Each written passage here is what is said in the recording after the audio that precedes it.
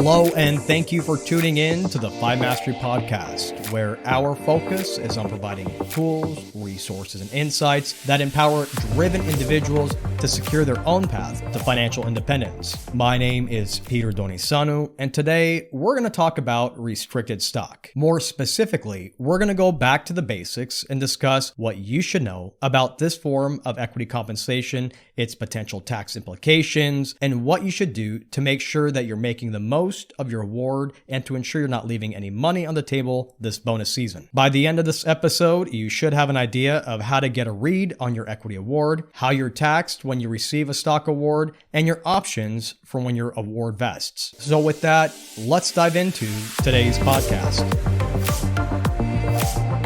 Imagine receiving an award from your employer for the value that you bring to the table, but the payout doesn't come for months or even years down the road. Now, if you work in the tech industry or otherwise receive a stock award from one year to the next, then you likely understand how exciting and at the same time how bewildering it can be to receive what can be a significant portion of your income doled out over an extended period of time. That's why understanding this often complex form of incentive compensation is essential to making wise choices with your income and to avoid leaving money on the table. Now, when it comes to incentive compensation, restricted stock is one of the most commonly granted forms of income issued to individuals employed by publicly traded tech companies. And if you're one of these fortunate individuals, chances are that you're likely in line for a new stock award or refresh grant as we roll into this year's performance evaluation and bonus season. And because these awards can make up a sizable portion of your overall income, it's essential to understand what you should be aware of when you receive your grant, what happens when your grant vests, and your options for preserving your wealth and your income. Now, before we dive into these critical points, let's take a step back and talk through some definitions regarding restricted stock and what you should be familiar with. So to start, what is restricted stock? Well, at its basic level, restricted stock is the ability to own equity in the company you work for without your need to pay for the stock itself. And restricted stock is a form of compensation because when you satisfy the conditions imposed by your company, you often receive the shares free and clear. When it comes to terminology, you'll want to understand the difference between restricted stock units and restricted stock awards. So what are restricted stock units? Well, a restricted stock unit, or RSU, is a right to receive company shares after you've satisfied some conditions imposed by your employer. These criteria might include hitting certain sales quotas or department performance goals, or what's most common for many of you out there, and that's simply continuing to work for your employer for an agreed amount of time. The key takeaway here is that you only own the shares once you've met specific criteria defined in your grant. You can think about it like an unfunded promise by your employer that you'll receive company stock at some point in the future once you achieve certain milestones. And so, how are RSUs different from restricted stock awards? Well, a restricted stock award, sometimes called a restricted stock grant, provides essentially the same benefit as an RSU. However, the key difference is that with the restricted stock award, shares are transferred to you at the time of the grant but are subject to forfeiture if you don't meet specific performance criteria. This could include, for example, leaving your company before your shares vest. What's more, these shares are typically held in a third-party escrow account and are released to you as conditions for vesting or your ownership conditions are met. Now, there's one more definition of restricted stock out there, and that's GSUs. Now, GSUs stand for Google Stock Units, and they're a form of equity compensation that Google offers to its employees. GSUs represent a promise to receive a specified number of shares of Google stock at a future date, typically after a vesting period. A Google employee's typical GSU vesting schedule is around 4 years, with 25% of total grants vesting each year. This means that after the first year, an employee would have 25% of the grants vested. After the second, 50% would be vested, and so on until all of the GSUs are vested after the 4 years. Now, the main difference between Google's GSU vesting schedule and traditional restricted stock vesting schedules is that Google offers a graduated vesting schedule, which means that GSUs vest on a quarterly and sometimes monthly basis after the first year of employment. This means that if you stay with Google for at least 1 year, you will receive at least 25% of the total grant, and then the remaining 75% would vest on a quarterly, or again here, sometimes monthly basis over the next 3 years. Now, overall, it's worth noting that specific vesting schedules for restricted stock can vary depending on the company and the individual grant. What this means, plain and simple, is that until your stocks vest, you won't have full ownership of any of it yet. Indeed, it's essential to carefully review the terms of any restricted stock grant to understand the specific vesting schedule and other conditions that may apply. Either way, whether you receive a new award or a refresh grant this bonus season, be sure to familiarize yourself with the types of restricted stock you receive and the vesting schedule so that you can make the most out of your equity awards. Now, another topic related to your restricted stock that you'll likely want to familiarize yourself with is taxes. To our earlier point, restricted stock is the ability to own equity in the company you work for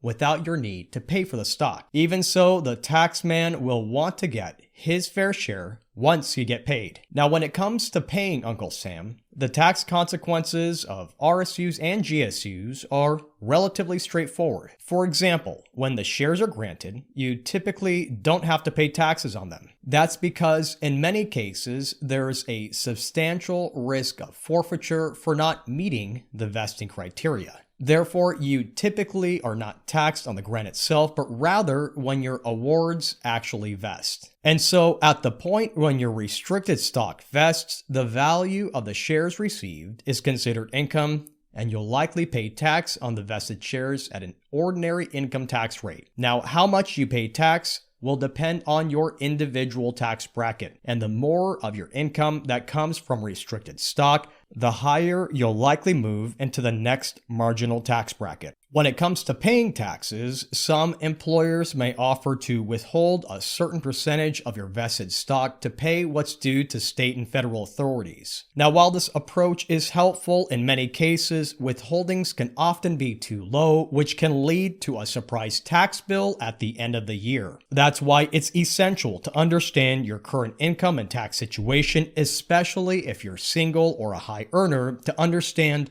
whether to increase your tax withholdings as shares vest or to prepare to make estimated quarterly tax payments. One benefit of restricted stock is that you can defer the distribution of shares until a later date. This allows you to benefit from potential growth in the stock while you're waiting to receive the shares. Deferring the distribution of the shares can also help you reduce the amount of taxes you must pay when the shares are distributed so that you can be taxed at a lower rate. Now, a situation like this may apply if you anticipate your earnings in your retirement years to be substantially lower than in your current working years themselves. Either way, consider whether it would be advantageous to choose a future payment date to coordinate the timing of tax recognition with your overall exercise plan. And another question you may have is, what should you do once your restricted stock vests? And more specifically, what happens next? Well, when your restricted stock vests, you'll either receive a cash settlement or a stock settlement. That's why reviewing your equity grant is essential to getting a good handle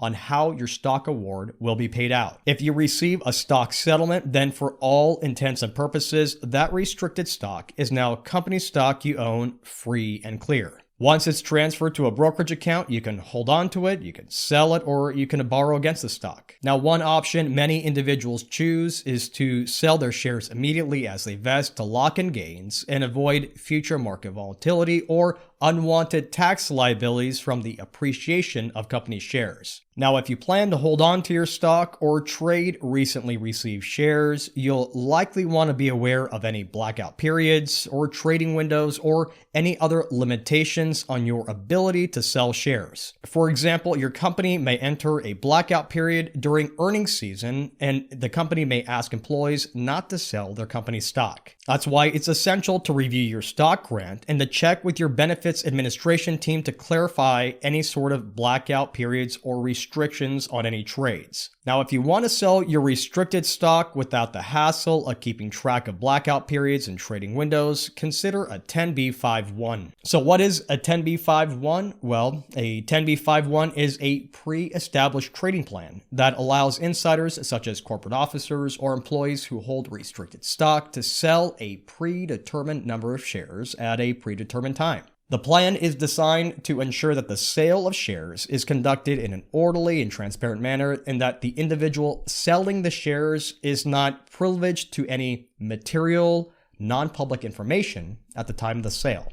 The key advantage of a 10b5-1 is that it allows insiders to sell shares on a regular basis without raising concerns about insider trading or other ethical issues. Now, the plan is set up in advance and based on a predetermined formula that considers various factors such as your financial needs and the performance of your company's stock. And once the plan is in place, you can't alter it or decide to sell shares unless you voluntarily decide to end your participation in the plan itself. So how do you actually set one up? Well, to establish a 10b5-1 plan for selling restricted stock, you'll want to work with your employee's HR department to get details on participating in the plan. The plan will specify the number of shares to be sold, the timing of the sales, and the price at which the shares will be sold. A plan administrator, typically in cooperation with your broker, executes the trades according to the established plan. The trades, more often than not, are conducted on a predetermined schedule, and you'll have no ability to make decisions about when to sell the shares. Again, this is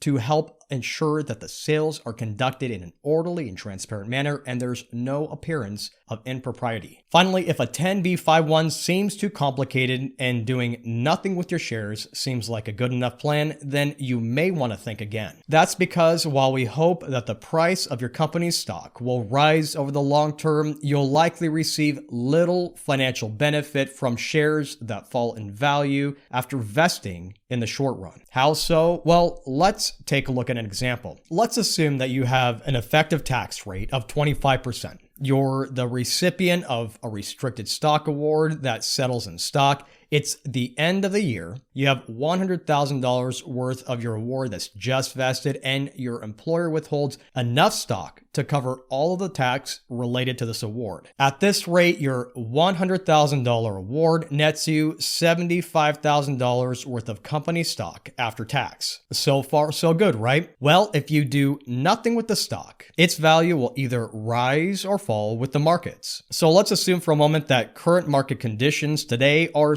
similar to what we experienced in 2022, and the value of your company stock falls by 25%. So where does that put you? Well, if you decided to hold onto your company shares in the down market, the value of this holding could be worth somewhere around $56,000. Now, the downside here, other than the loss in value, is that if you were planning to use that money for the down payment on a new home, to pay for childcare expenses, or to otherwise supplement your living expenses for the year, then you'd likely be down around $20,000 for the year. Now, while selling your restricted stock outright is one option to avoid this outcome, so is diversifying your holdings into a basket of low correlation assets to avoid some of the risk of holding the concentrated stock position. And if your plan was to hold your company's stock for the long term, then having an appropriate cash management plan in place would have helped you avoid unnecessary shortfalls for your big ticket spending needs when the markets went down.